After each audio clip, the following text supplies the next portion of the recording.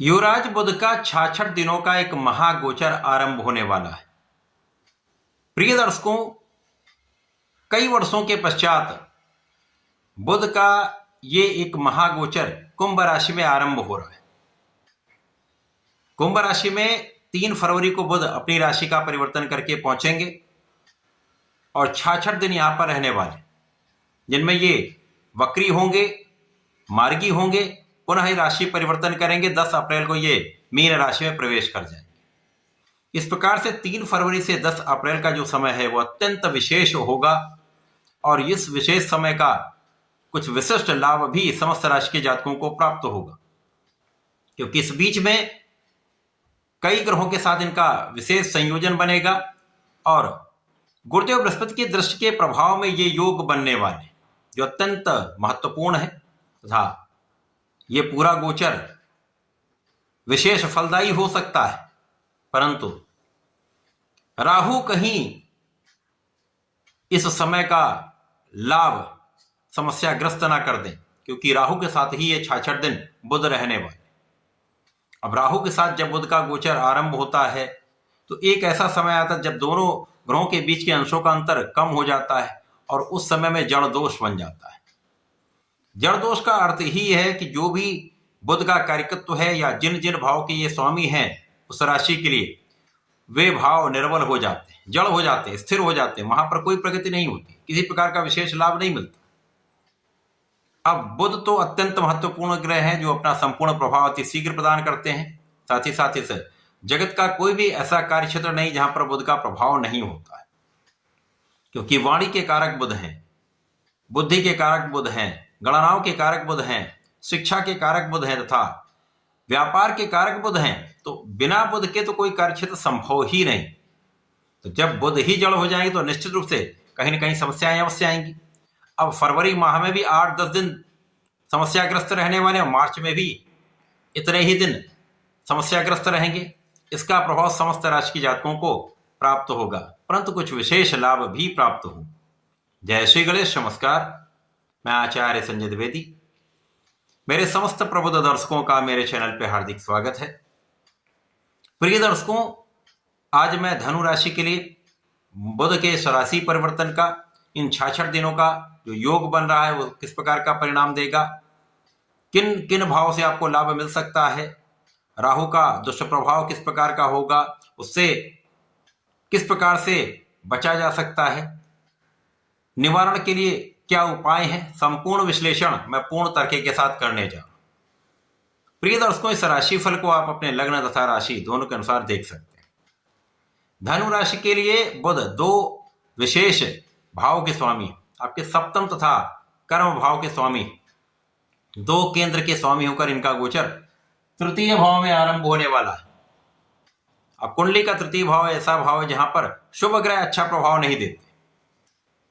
अब यहां पर बुध वैसे भी बहुत अच्छा प्रभाव नहीं देने वाले हैं, यहां पर राहु के साथ इनका गोचर होगा, परंतु ये गोचर गुरुदेव बृहस्पति की दृष्टि के प्रभाव में भी होगा, जो यहां पर गोचर कर रहे हैं, केंद्र में बैठे हुए।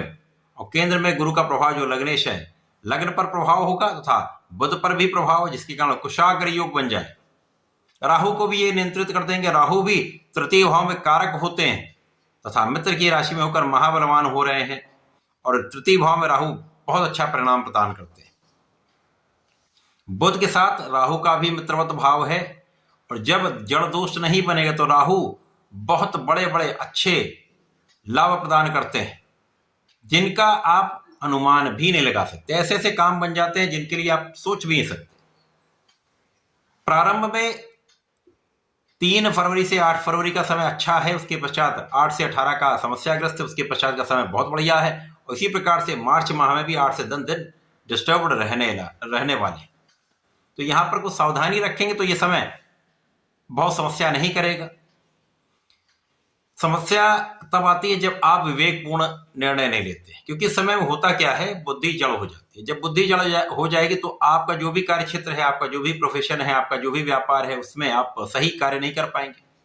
और स्थितियां ऐसी बन जाती हैं कि जब आप सही डिसीजन नहीं कर पाएंगे तो उसका हल नहीं निकल पाएगा। जब हल नहीं निकल पाए तो हानि की संभावना बढ़ जाती है। तो इस पूरे समय में जब भी ऐसी स्थिति बनती तो आपको बहुत सोच विचार कर कार्य करना चाहिए। अब गुरु का प्रभाव है तो निश्चित रूप से आपके अंदर ज्ञान तो है, बुद्धि का बल भी आपके अंदर है, बुद्ध यहाँ पर विराजमान है, और बुद्ध और गुरु का संयोजन आपको कुशाग्र बना रहा है, राहु का प्रभाव आपको तीक्ष्ण बुद्धि वाला बना रहा है। यदि यहाँ पर आप विमर्श करके कोई भी काम करते हैं, सलाह ले लेते हैं, अपने गुरु की सलाह ले लेते हैं, अपने पिता की, अपने सीनियर्स की राय ले लेते हैं, तो वहां पर समस्या नहीं आई। जल्दीबाजी में कोई काम नहीं करते, कोई डिसीजन लेना त्वरित आपने ले लिया, गड़बड़ हो जाएगा। कोई भी काम आ रहा है, आपने उस पर इमीडिएट लाभ लेने के लिए आपने काम कर लिया, वहां पर हानि हो जाएगी। तो जल्दी लाभ प्राप्त करने वाले कामों से बचें, काम को जल्दी करने से बचें। जो काम जिस समय के लिए है उसको सही समय पर संपन्न करें।